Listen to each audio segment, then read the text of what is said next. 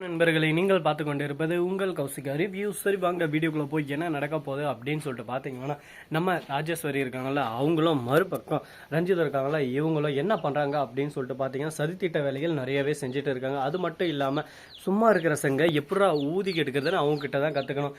எப்படியோ ஒரு வழியாக அந்த பிரச்சனையெல்லாம் இதுக்கு மேலே வராது, இந்த பிரச்சனையெல்லாம் இல்லை, இனிமேல் நமக்கு தீர்வு வந்துருச்சு அப்படின்னு சொல்லிட்டு நிம்மதியாக இருக்காங்க நம்ம ரஞ்சிதமும் மறுபக்கம் ராஜேஸ்வரி. இந்த சமயத்தில் மல்லியும் மறுபக்கம் அரவிந்தும் புதுசாக ஒரு வக்கீலை பிடிக்க போகிறாங்க. அந்த வக்கீல் வந்து யார் பக்கம் நின்றாலும் அந்த பக்கம் வாதாடினா அவங்க ஜெயிச்சிருவாங்க அப்படின்ற அளவுக்கு ஒரு பக்கம் பேரும் புகழும் பெற்றவர்.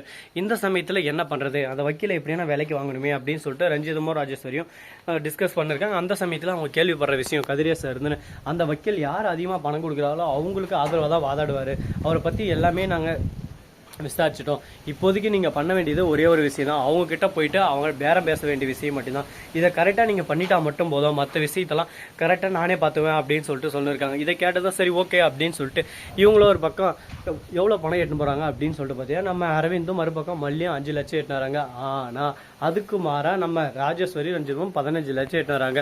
அதுவும் சூட் கேஸில் எட்டுனா வந்து அப்படியே சும்மா இனத்தில் அவ்வளோ பேர் சூட் கேஸ் அப்படின்னு சொல்லிட்டு பார்த்தீங்கன்னா, அதில் இன்னும் எக்ஸ்ட்ரா காஸ்ட்லியான பொருட்கள், அது ஜுவல்ஸ், அது மாதிரி நிறைய இருக்குது. இதெல்லாம் உங்களுக்கு தான் வச்சுக்கோங்க சார். நீங்கள் பண்ண வேண்டியது இவங்க கேஸை நீங்கள் எடுத்து நடத்தக்கூடாது, அப்படி எடுத்து நீங்கள் நடத்துறதா இருந்தாலும் இவங்க கேஸ் தோக்கணும் அப்படின்னு சொல்லிட்டு அவங்க முன்னாடியே சேலஞ்ச் பண்ணுறாங்க. இதை கேட்டதான் அந்த வக்கீல் இருந்து, ஏம்மா எனக்கு காசு தான்மா முக்கியம், யார் காசு கொடுக்குறாங்களோ அவங்களுக்காக தான் நான் வாதாடுவேன் அப்படின்னு சொல்லிட்டு ராஜேஸ்வரி ரஞ்சிதம் உங்களுக்கு இனிமேல் ஆதரவு என் பக்கம் உங்களுக்கு தான் அப்படின்னு சொல்லிட்டு 3 லட்சம் மாதிரி நம்ம அரவிந்துக்கும் மல்லிக்கும் சொல்லிட்டு அந்த காசை தூக்கி 3 லட்சம் ரூபான்னு சொல்லி பார்த்தா அந்த காசையும் எடுத்து வச்சுனாரு. இந்த பாருமா என்கிட்ட ஒரு டைம் காசு வந்துட்டு அந்த காசு ரிட்டர்ன் ஆகாது, அதனால் ஸோ நீங்கள் கிளம்புங்க, உங்களுக்காக நான் சும்மா வேணா வாதாடுறேன், ஆனால் அதில் வந்து தீர்ப்பு வருமாறாதான்னு எனக்கு தெரியாது அப்படின்னு சொல்லிட்டு 5 லட்சமும் தொலைச்சிட்டு மறுபக்கம் அந்த இடத்துல இருந்து அசிங்கப்பட்டு அவமானப்பட்டு துக்கப்பட்டு துயரப்பட்டு அந்த இடத்துல இருந்து கிளம்புறாங்க. இந்த சமயத்தை பயன்படுத்திக்கிட்ட நம்ம அரவிந்த் என்ன பண்ணுறாரு அப்படின்னு சொல்லிட்டு பார்த்தீங்கன்னா, அங்கே நடந்தது எல்லாமே வீடியோவாக கன்வெர்ட் பண்ணிடுறாரு. எப்படின்னு சொல்லிட்டு பார்த்தீங்கன்னா, இவங்க போனாங்கல்ல அந்த சமயத்துலேயே அவங்க ஒரு ஃபோனை வந்து நம்ம அரவிந்த் அழகாக ஓப்பன் பண்ணி வச்சுட்டு இருக்காரு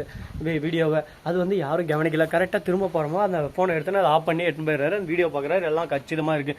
இதை எடுத்துன்னு போயிட்டு கரெக்டாக நம்ம வித்யா இருக்காங்களோ அவங்கக்கிட்ட கொடுக்குறாங்க. வித்யா பார்த்து ஷாக் ஆகிறாங்க. ஒரு பக்கம் சூப்பர் அருமையான வேலை செஞ்சுக்கிறேங்க அரவிந்த் மல்லி, உங்களோட ஒர்க்குக்கோசரமே எப்படியாவது விஜய் வெளியே வந்துடுவான், பிரச்சனையே இல்லை, விஜய் வெளியே எடுக்கிறதுக்கு இப்போ நிறைய எவிடன்ஸ் நம்மக்கிட்ட இருக்குது, இந்த எவிடன்ஸே நமக்கு போதுமானதே அப்படின்னு சொல்லிட்டு பேசிட்டு இருக்காங்க. இதை கேட்கறதுக்கு என்னமோ நல்லா தான் இருக்குது, ஆனால் இது சாத்தியம் ஆகுமா, இதே போதுமானதாக இருக்குமா அப்படின்னு சொல்லிட்டு நம்ம யோசிச்சு பார்க்கணுங்க.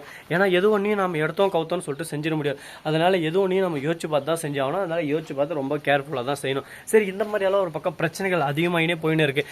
இதுக்கு நடுவில் வேறு எதுவும் பிரச்சனை வராதா, இந்த பிரச்சனை இவ்வளோதானா அப்படின்னு சொல்லிட்டு பார்த்தா கண்டிப்பாக பிரச்சனை வரும். அதை எப்படி நம்ம எதிர்கொள்ள போகிறோம் அதை பொறுத்து தான் இங்கே எல்லாமே மாறுமா மாறாதான்னு சொல்லிட்டு சொல்ல முடியும். இப்போ பிரச்சனை என்னவா இருக்க போகுது அப்படின்னு சொல்லிட்டு பார்த்தீங்கன்னா, நம்ம ராஜேஸ்வரி இருக்காங்களா, அவங்க இருந்து எந்த ஒரு வக்கீலையும் நெருங்குடாமல் பண்ணிருக்காங்களே.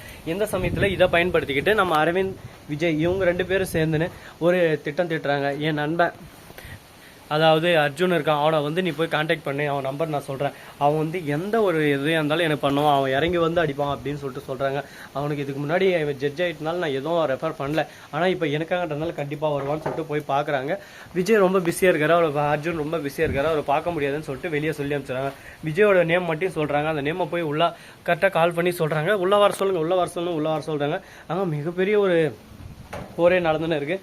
என்ன போர் அப்படின்னு சொல்லிட்டு பார்த்தீங்கன்னா, நம்ம அர்ஜுன் இருக்கார்ல, அவர் வந்து திரும்ப ஜட்ஜாக இருக்கார்ல, இப்போ அதில் வந்து கொஞ்சம் ப்ராப்ளம் வந்துட்டு இருக்குது. இப்போ அவர் திரும்ப ஜட்ஜ் ஆகிறதும் வக்கீலாகிறதும் அவர் கையில் தான் இருக்குது. திரும்ப அவர் ஜட்ஜ் ஆகணும்னா அந்த ப்ராப்ளமாக சால்வ் பண்ணணும், அதுக்கு ஒரு மீட்டிங் அட்டன் பண்ணணும்.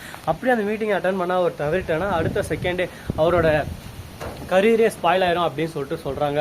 அதனால் எப்படி இருந்தாலும் இன்னொரு 1 வீக் அர்ஜுன் பிஸியாக தான் இருப்பார் அப்படின்னு சொல்லிட்டு பக்கம் இருக்கிறவங்களாம் சொல்கிறாங்க. அர்ஜுன் ஒரே வார்த்தை, விஜய்க்கு என்னாச்சு அப்படின்னு சொல்லிட்டு கேட்குறாங்க. இதுக்கு முன்னாடி அந்த கேஸ் தான் அப்படின்னு சொல்லிட்டு சொல்கிறாங்க. இதை கேட்டது யார் அதுங்களுக்கு ஆப்போசிட்டாக வாதாடுறது அப்படின்னு சொல்லிட்டு கேட்குறாங்க. அவங்க நேம் வந்து விக்கிங்க. அந்த பேரை கேட்டதுமே பயம் வந்துடுது ஒரு பக்கம். ஐயோ என்னடா விக்கியா அப்படிப்பட்டவர், அவர் வந்து சும்மாவே அடிச்சாடுவார், அவர் வந்து செம்மையான வக்கீலாச்சு அப்படின்னு சொல்லிட்டு இது நம்பனுக்கு ஒன்றுனா நான் உயிரே கொடுப்பேன், இதெல்லாம் ஒரு எனக்கு தேவையில்ல, வக்கீலாக இருந்தால் தான் நிறைய பேருக்கு ஹெல்ப் பண்ண முடியும்னு சொல்லிட்டு அந்த இடத்துலேருந்து அவர் பாட்டுக்கு கிளம்பி வந்துனே இருக்காரு, நான் வக்கீலே இருக்கேன்னு சொல்லிட்டு. ஆனால் அந்த இடத்துல எல்லாருமே ஆச்சரியம் ஒரு பக்கம், ஏன்னா ஜட்ஜுன்றது எவ்வளோ பெரிய பதவி, அந்த பதவியை துச்சமாக தூக்கி போட்டு போகிறாரு, அந்த அளவுக்கு விஜய் மேலே இவருக்கு என்ன அக்கறை கேரிங் அப்படின்னு சொல்லிட்டு எல்லாரும் யோசிக்க ஆரம்பிக்கிறாங்க. இதுதாங்க உண்மையான நட்புன்றது. நட்புக்காக என்ன வேணாலும் இறங்கி அடிப்போம், இறங்கி செய்வோம்னு சொல்லிட்டு இறங்கினாங்க பார்த்தீங்கன்னா, அந்த மாதிரி நண்பர்கள் கிடைக்கிறது ரொம்பவே அரிது. அதனால் அந்த மாதிரி நண்பர்கள் கிடைச்சா அதை விடாமல் அவங்கள தக்க வச்சுக்க பார்த்துக்கணும். அதை விட்டு முட்டாள்தனமாக என்ன பிரச்சனை ஏது பிரச்சனையே இல்லாமல் சும்மா தேவையில்லாமல் பிரச்சனை நமக்குள்ளே வளர்த்துன்னு நம்ம ஃப்ரெண்ட்ஸை நம்ம ஒதுக்கிடக்கூடாது. அதனால் முடிஞ்ச வரைக்கும் விட்டு கொடுத்து போனால் கெட்டு போகாதுன்னு சொல்லிட்டு சொல்லுவாங்க. அது போல் இருந்தால் வாழ்க்கை நல்லாவும் இருக்கும், ஒரு பக்கம் ஜம்முனும் இருக்கும், கும்முனும் இருக்கும். ஸோ நண்பர்களே, இந்த வீடியோ பிடிச்சிருந்தா லைக் பண்ணுங்கள், கமெண்ட் பண்ணுங்கள், ஷேர் பண்ணுங்கள், டிண்டிங் பெல்லை தட்டி விட்டு போங்க. அப்போ தான் நாம போகிற அடுத்தடுத்த வீடியோ உங்களுக்கு உடனுக்குடன் வரும். மிக்க நன்றி. தேங்க்ஸ் ஃபார் வாட்சிங். Tata, see you. நன்றி, வணக்கம், வந்தனம், வருக தருக.